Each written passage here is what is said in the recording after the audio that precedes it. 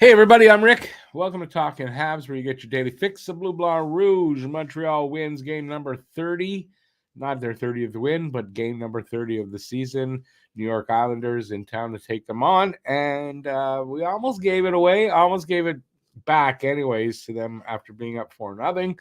They came back and made it 4-3. And then Montreal got the insurance goal by Devo into the empty net, and that's it. So Montreal wins against the Islanders. First of three meetings against the Islanders, and the first time I think this season that they played a team on back-to-back, that the team was on back-to-back games, and Montreal was rested, and they actually beat that team. So that's good. Maybe that'll be a change for the rest of the season. Who knows?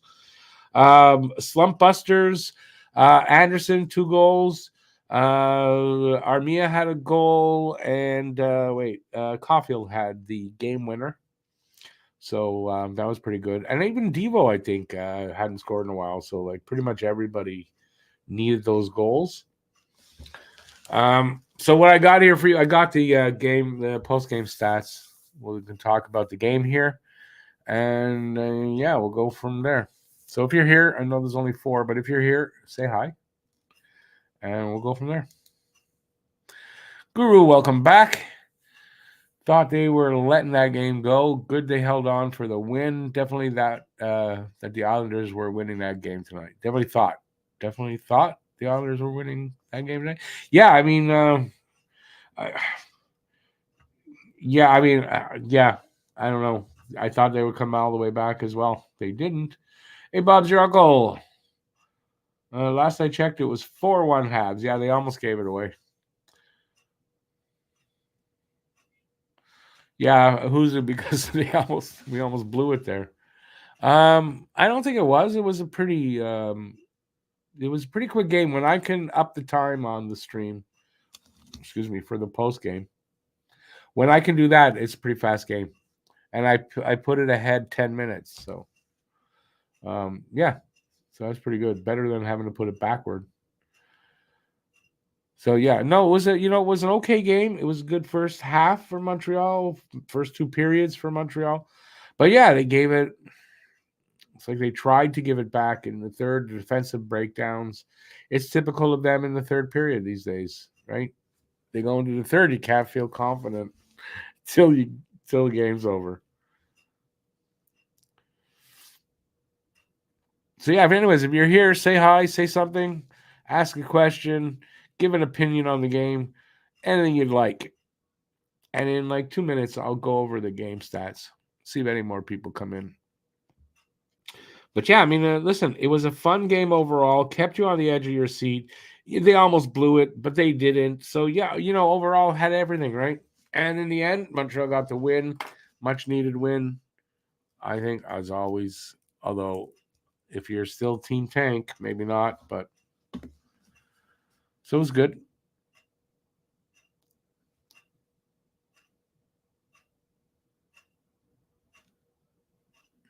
Well, they were probably tired for a bit, and then they got a couple of goals, and I think it just pumped them up. They got the third one, and they were, they almost got it back. I don't know what else to say. I had 4-3 for the Islanders. That's how I had it, so I was wrong.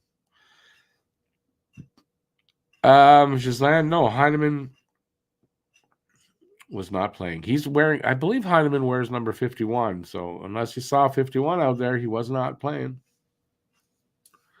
This was an issue earlier for Brad, who called me an asshole.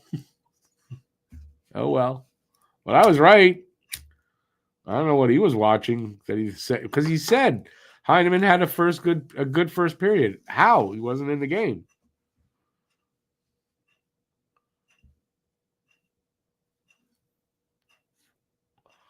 Yeah, I was right because they were showing Dobson and they were talking about Dobson. So I knew the three of them. I thought the same thing as you, though, for a second when he said it. And that's when they're talking about Dobson. So I'll give you that. I thought the same thing as you. But not for as long as you did. That's all. But it's not a competition, so.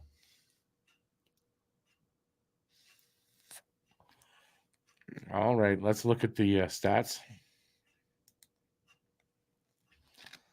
All right, so like I said, 5-3 Montreal final. No scoring in the first period. Mario Armia. He had I don't know if it was Mario Armia tonight, but it wasn't Yoel, the underachiever. He had a decent game tonight, actually, Armia. So so his fourth from Gallagher and Gooley. And that came at 7:45 of the second period on a wrist shot. Anderson gets hit by the puck. He's in the slot. Gets hit in the back by the puck. Turns around, finds the puck, and then spins and shoots. And you could see in the replay, he didn't look up. He just spun around and shot without looking at the goal. And he put it right between the goalie's legs. Like you couldn't put a better 5-hole shot, right? Without looking. So he gets that from Barron and Monahan, his second goal of the season, as we know. And that was just a little under 3 minutes after Armia scores. And then about 9 minutes, a little less than 9 minutes later, Anderson sort of carries the puck to the net on his one-handed on the backhand, like backhanded, one-handed to the net. Looked really awkward. And then basically pushes the puck at the goalie and then flips it, backhanded flip, under his arm into the net. So Andy with 2 goals to break his slump. He's got 3 for the season now. And then, just to top it all off, 15 seconds later, Cole Caulfield on a feed from Nick Suzuki and Slavkovsky. Slavkovsky, I think he gets the puck in the corner, feeds it to Slav, who gets it to Caulfield, who basically has an open net on the left side, I want to say. And he makes no mistake about it. So very nice to see. And then the third period comes around, and that's where the problems come in. And starts pretty quickly, 2 minutes in. Nelson from Dobson. Another minute and like 40 seconds later, Nelson from Dobson. So just repeat, rinse and repeat. Then Horvat. Another 10 minutes after that, Horvat from Dobson and Romanov. So Romanov gets an assist in there, and you knew Horvat was going to get a goal because he always does. And then they pull the goalie, and Devo scores into the empty net from Suzuki with 20 seconds left, and that seals it up. And that would be it. Let's see now. 41 shots for Montreal, 33 for Islanders. Montreal 69.2% at the dot. They creamed them at the face-off circle. Both were no power play goals. 0 for 1 for the Isles, 0 for 2 for Montreal. Hits, they out-hit us 23-14. We out-blocked them 18-14. Giveaways, 7 for them, 6 for us. And takeaways, 7 for us, 5 for them. Next game, January 25th, back here in Montreal. And 3 stars of the game, Josh Anderson for his 2 goals. Nelson for his 2 goals. And then Caulfield with the 3rd star for his goal, game winner. And it was nice to see the guys that needed the points and stuff. Nice to see them get some points, and hopefully this carries over into the next game. Next game is in Winnipeg. They start their road trip in Winnipeg. So it would be nice to see if they continue, another win there. And, this momentum of this win carries over, even though they almost gave it up, but it carries over, and we'll see. We'll see what happens with that. So that's what I got. We got another 20 minutes to go here. So you guys got the floor. Yeah, Bob's 2 goals for Andy. You see what happens when you're not here?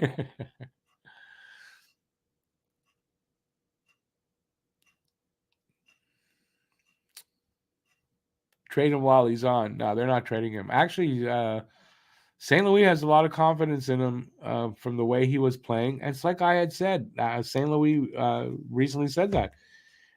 He's engaged. He was playing well, just not scoring.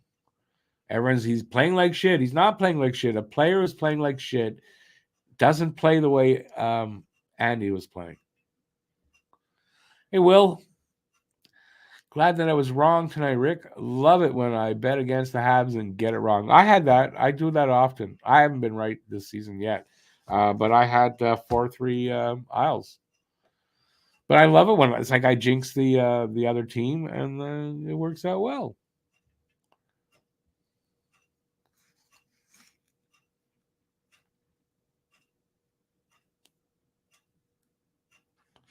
Yeah, it was a good night all around. Guys that needed to put up some points did. And hopefully Andy kind of, broke that slump. It only took 5 games this time. He had 4 games after the first goal, no goals, and he got 2 tonight, so he makes up for that. That's kind of the way he is. I kind of expect we'll see some goals from Andy over the next few games. He's streaky, and I hope that by getting the 2, and one like legitimate went in on a goalie and put one past him, not without looking at the net like a fluke. So I hope it's good. You better stay away next game. Believe me, it's not your fault. It's not your fault, man. No more home game for the Habs. Yes, I mentioned that beginning of the game. This was their last home game for 2023. The 7-game road trip goes right through till the end. Right through January 2nd. They're back home for a game on the 4th, I believe.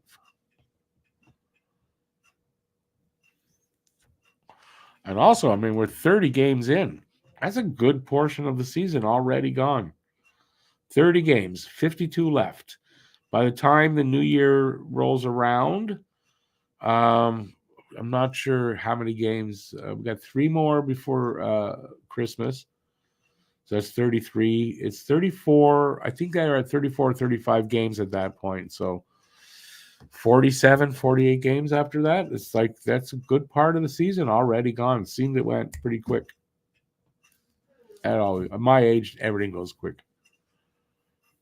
That's what she said.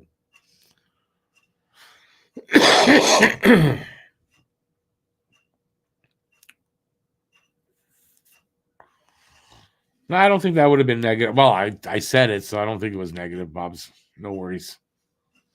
I beat you to the punch. So, like I said, you guys got to drive the chat. So if you're here, and there's 15 people here, not bad. Yeah, say hi, first of all. And yeah, what did you think of the game? What anything strike you to talk about from this game? I'm really glad they didn't blow it, though. I mean, that they didn't need to do that. They needed a little bit of their confidence back as a team. I think this helped that they didn't blow it, so hopefully that helps them feel better, I guess. And he's going to get a good sound sleep tonight. You got to think. So, yeah, overall, I'm very happy with the way the game went. Definitely. Boy, I got to be up early tomorrow. I'm not looking forward to that. That's my ex-wife's fault. I got to be at her place early.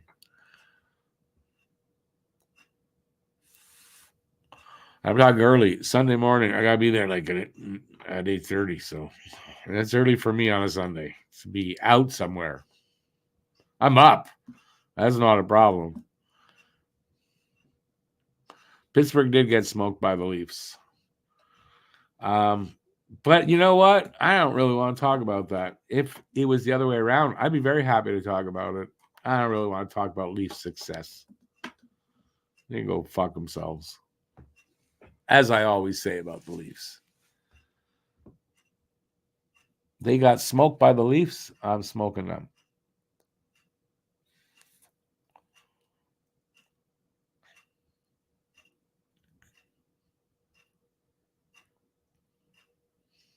Nice there, Guru. Enjoy. I mean, listen, you get a little mini vacation, sort of, I guess. But no worries, no worries. We'll miss you, but no worries. Life gets in the way as always. But you could always rewatch. I mean, It seems long. I'd have trouble rewatching, but I mean, you can rewatch. You'll get caught up in what's going on, or of course, I'm sure you can always rewatch the full game on something that you've already got. I know on here, like I could always rewatch the game on a replay. But we'll miss you, man. But enjoy Edmonton if you. I don't know. I've never been there. It's in Alberta. Enjoy it if you can.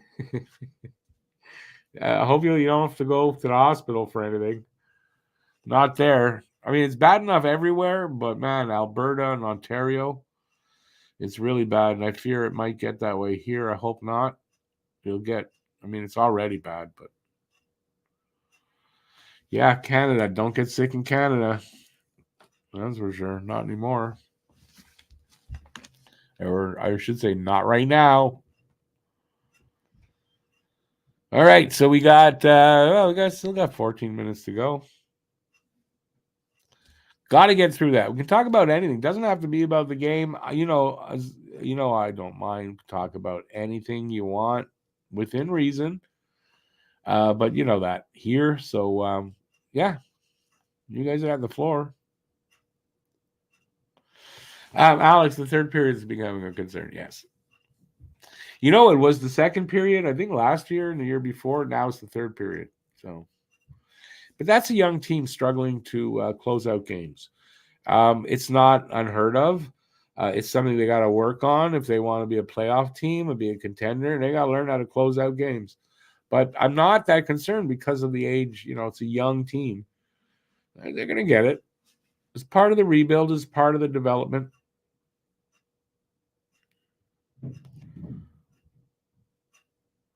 Well, you know, they're always here, Guru, to keep you informed anyway. Although you're going to be at a conference, you'll probably be busy.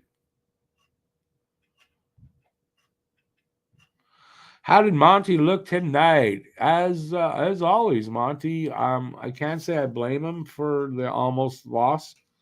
I think it was defensive breakdowns in front of him. So Monty's pretty steady. I mean, Monty is as good as either of the two goalies that they have. Look at the numbers. Monty's just right there, if not better, and some things. So I think Monty's having a good season. He's having a good, solid, not like he's not having an exceptional season, but he's having a good, solid, consistent year so far. And yeah, I like that. If he can just do that the rest of his career, he'll be a good NHL goalie.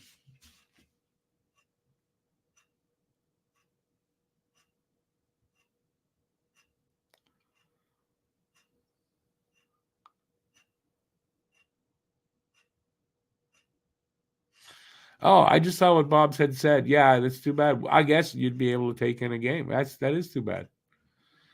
You can see how bad they are or how good they are in person. Well, here's a question to ask. Speaking of the Oilers, I kind of think they're not going to make a trade for a goalie. They're going to ride it out. What do you guys think? I mean, at this point, we're not that far from the halfway point. We're already at the Christmas break coming up. Like, I don't know. You'd think they'd have done it already. If they wait too long, especially now they've got something going on, you'd think you'd go get a goalie.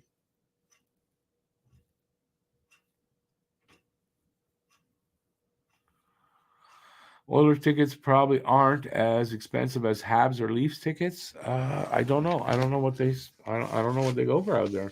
Isn't everything in Alberta expensive? So I don't see why they wouldn't be.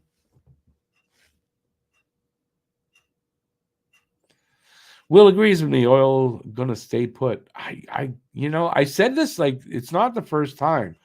I said this on the podcast. I don't know if it was Pucking Around or Hab Normals, but I said it on there. We were talking about it, probably on Pucking Around. I was reading actually somebody on Twitter. I follow her, but I don't read a lot of her stuff. Lori Bennett. But she agrees with me on that. She agrees on that. I kind of think they'd have done something by now. Probably watched it. We're going to get out of here. Oh, the Oilers made a trade. But yeah, I kind of think they're gonna wait it out. They're gonna wait it out and make the deal in the off season. It'll be cheaper on them for them, and they won't have to give up as much to do that. So I think that's what they're gonna do because they don't have money right now. I don't say they're gonna make a deal even. I should say I don't see how they're gonna make a deal where in the long run, whatever they have to give up to get that goalie and the quality of that goalie is going to really help them that much that it is worthwhile doing.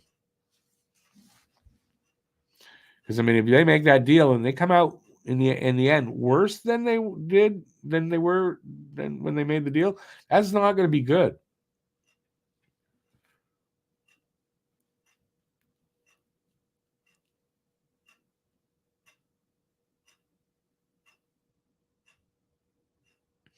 But maybe that's what they're trying to do, right? By not doing anything, not looking like they're desperate, they might not get as fleeced. Maybe that's what they're thinking. I don't know. They're on a good roll right now, so no changes, although they lost 7-4 to somebody last night or the night before. So they were on a good roll. That doesn't mean it's going to last. But still, I don't see. Like I said, we were talking about it, and my reasoning is if you're because the other three were saying that they're not going to get anybody that is that much better than what they've got, but you got to do something. And I go, well, if you're going to get a guy, give up more than you should to get that guy, yet he ain't that much better. You're still in the same place. You still need a goalie, but you're giving up something. I don't see how that works. I think their time to do it would have been a while back when they might not have got as fleeced and they still had time to make something with, you know what I mean? So I don't know. Hey, that's how I feel.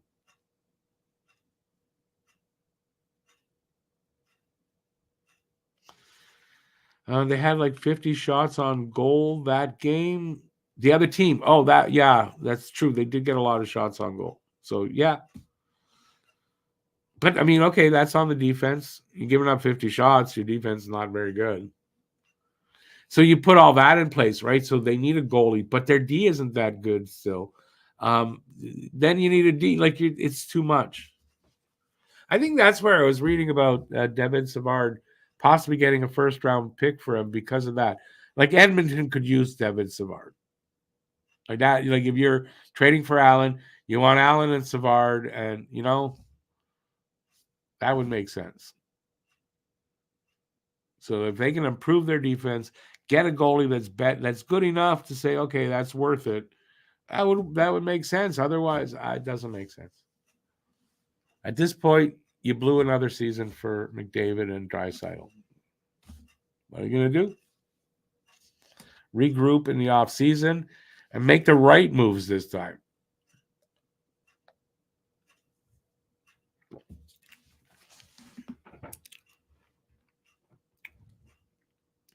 Oilers tickets range from $87 to $540. Right behind the Oilers bench premium resale tickets. Not sold by Oilers. Imagine the 87, that's nosebleed. It's up at the top.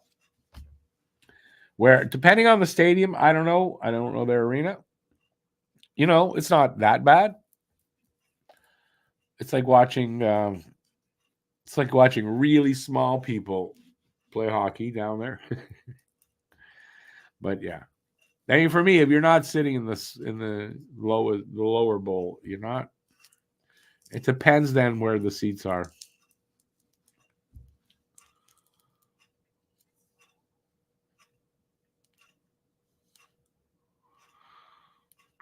Too much pressure to win. Well, pressure can sometimes really screw you up and make you make a move that you shouldn't have done, and you're going to regret a little down the road. And I think that's what I'm saying. That's what they're thinking.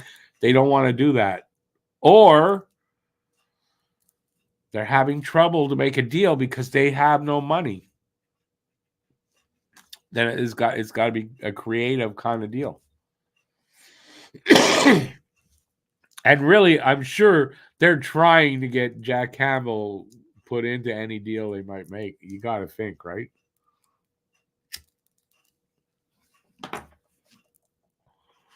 Just for signing Jack Campbell to a 5-year time, 5x5. I mean, shouldn't they fire the GM and bring in somebody who knows what the hell they're doing right now?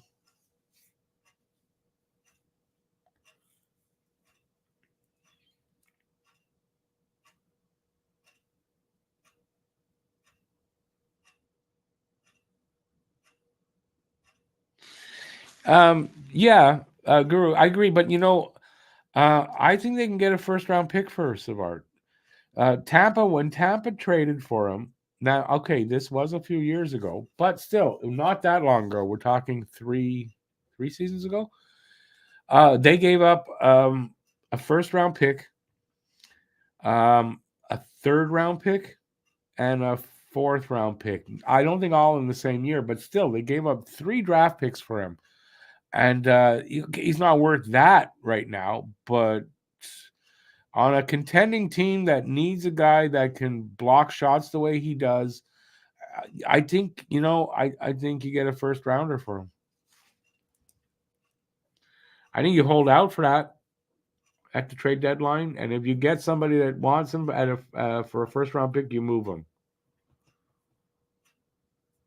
Because even though it'll be a higher pick, but it's a first round pick.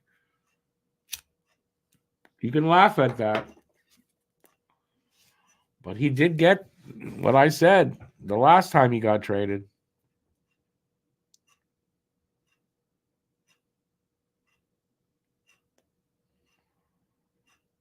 Yeah, I don't think they move Matheson, though. I think if you're going to move somebody, you move Savard. Right, because Montreal, listen, so if Montreal gets a little worse defensively right now, does that matter in the long run? It doesn't. Right? And Matheson's not really helping you be good defensively. But I think you need that guy here. He brings other things to the table. He's a local kid.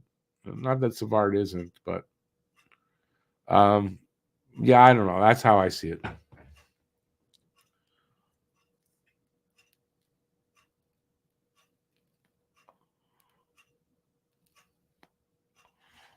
Listen, Savard last season, was he number 8 in the league in block shots? Like he was in the top tier of the league in block shots.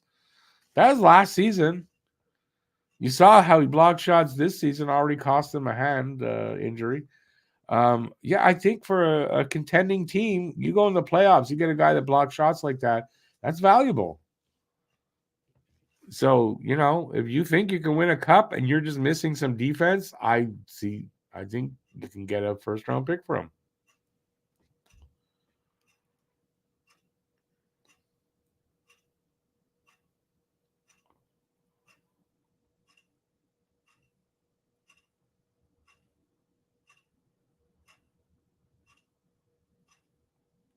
All right, so we're in like our last 5 minutes. Sorry, I was just lost in thought there for a sec. I'm just thinking about what I got to do tomorrow. I don't like going out of the house early like that, but for my ex, I do what she needs.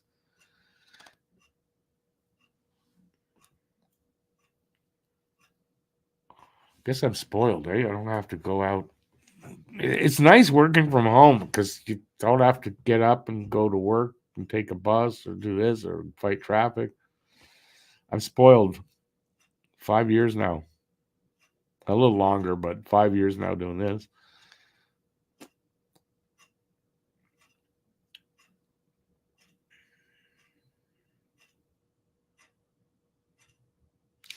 Another problem for the Oilers is what comes back our way. I don't know that there's a deal there necessarily of what could come back.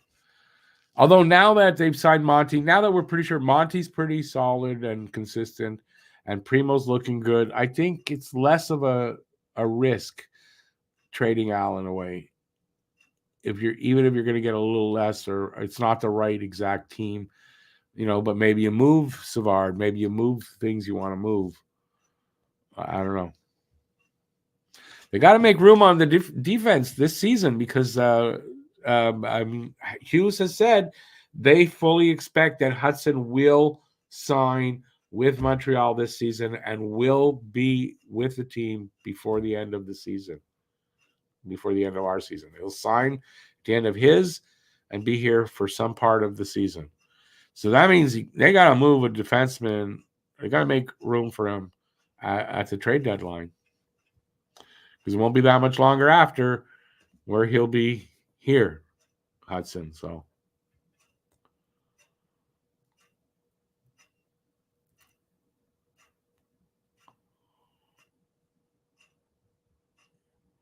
Bob's no. That I listen. I can't speak for it exactly on exactly who's there, but I mean, I read.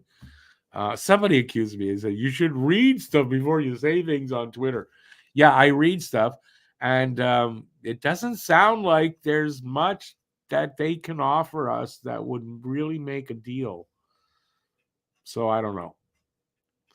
And listen, earlier in the season when it looked like they were definitely going to finish bottom of the pack. It really seemed like that, right? Their first round pick, if it's unprotected, that meant a lot. That's a big thing. Now it doesn't seem like it's going to be as valuable.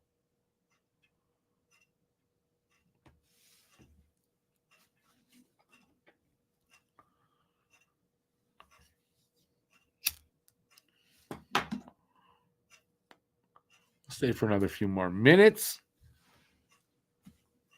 I guess I should plug next Friday. Next Friday is the 5th anniversary of this channel. So Matt will be here for sure. But also, we're hoping for, well, JD Delaney will be joining us at some point. I don't know for exactly how long or exactly when, but JD's going to join us. Pete's going to try, but he's working. So he's going to try. He has, I think he's got like a split shift thing. So he's got time. He said he'll try to join us then. And Luna might join us as well. But it's funny. I asked her, I sent her a text, and she said, well, it's my birthday, and I don't, but maybe for the post-game show. And I thought, oh, yeah, I remember this happening. This is not the first time. Yeah, it's happened before where we did an anniversary show, and it was her birthday. And yeah, she couldn't make it, which is understandable when it's your birthday. So we're going to have those people, and I don't know yet what else, if anything else. Am I going to have a blooper reel? Do I have? The problem is I don't have bloopers for audio. I have some audio bloopers that I get rid of them because they're audio, and I don't edit audio, so I don't have a way to really keep them. But as far as video bloopers, I wish. I just don't make them anymore. Very rare. It's very rare that I actually make a blooper when I'm recording video, which is not to pat myself on the back. I mean, it's nice to do, but I would rather make some bloopers because I like those blooper reels. They're fun. I don't mind, laugh at me. I don't care. I'm here to entertain you. So yeah, if I can, I will. But right now, I just don't have. I maybe have some live ones that I could use, but it's really hard to pull out. You got to watch a live show all the way through. I don't know which ones they're in. I don't have the time. If I had someone working at it separate, I'll go through all these and pull them out. Be a different story. But as far as when I shoot a video, I just don't make the bloopers. And I do a lot of voiceover stuff, so I don't make the bloopers. And I can talk about it for another 5 minutes, but it'll be boring. Am I going to reference hockey dad thoughts? It was Canadian dad complaints. In my poem for the 5th anniversary show, haven't written anything yet, but want to, plan to. But the way I write, I can't tell you what'll be in it because I have no idea. Right? I have no idea where it's going to. I tried already to start. I don't think I'm close enough to the date yet for me to get anything. I can't write anything about it yet, but I will. I'll write something, but I have no idea. Top 5 Rick meltdowns featuring Aiken and a host of others. Oh, it ain't just aching over the 5 years. Believe me. It ain't just aching. All right. I've gone 5 minutes over. All right. So we are Saturday night. I'm back on Monday. Monday, the team is in Winnipeg.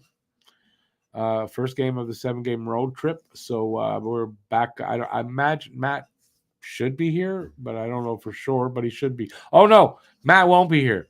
Why? There's a big reason. There's actually a real valid reason. It is Pucking Around podcast recording day. And yeah, so I got to do the game, and they're going to do the podcast. So yeah, so Matt won't be here on Monday. It'll be just me. Show must go on. I'm not going to miss the games to record a podcast. And that's it. That's the upcoming week. Thursday, Friday, back-to-back games ends the not the year, but it ends the before Christmas games. And yeah, I might do a live stream Christmas Eve, as I will be home alone. Not doing that, not going to any parties. No one invited me. I probably wouldn't go anyway, so don't feel sorry for me. It's my choice to be alone. But yeah, so I'm probably going to do a live stream. For all the other people out there that may be alone, that may come across it, I'll stay on for an hour or two, see how it goes. And yeah, pass some time. All right. You're welcome. Will, have a good night yourself. Thanks for being here. Always appreciate that.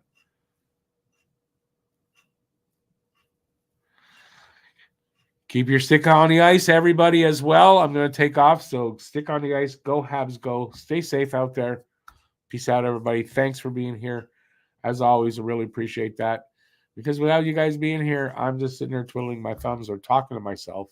And then the Douglas comes and gets me, puts me in a straitjacket, takes me to a padded room, and it's not good. So thanks for being here, everybody. Ciao. Have a good night. It is Saturday night, and it is still early enough. Enjoy yourself. Bye, everybody.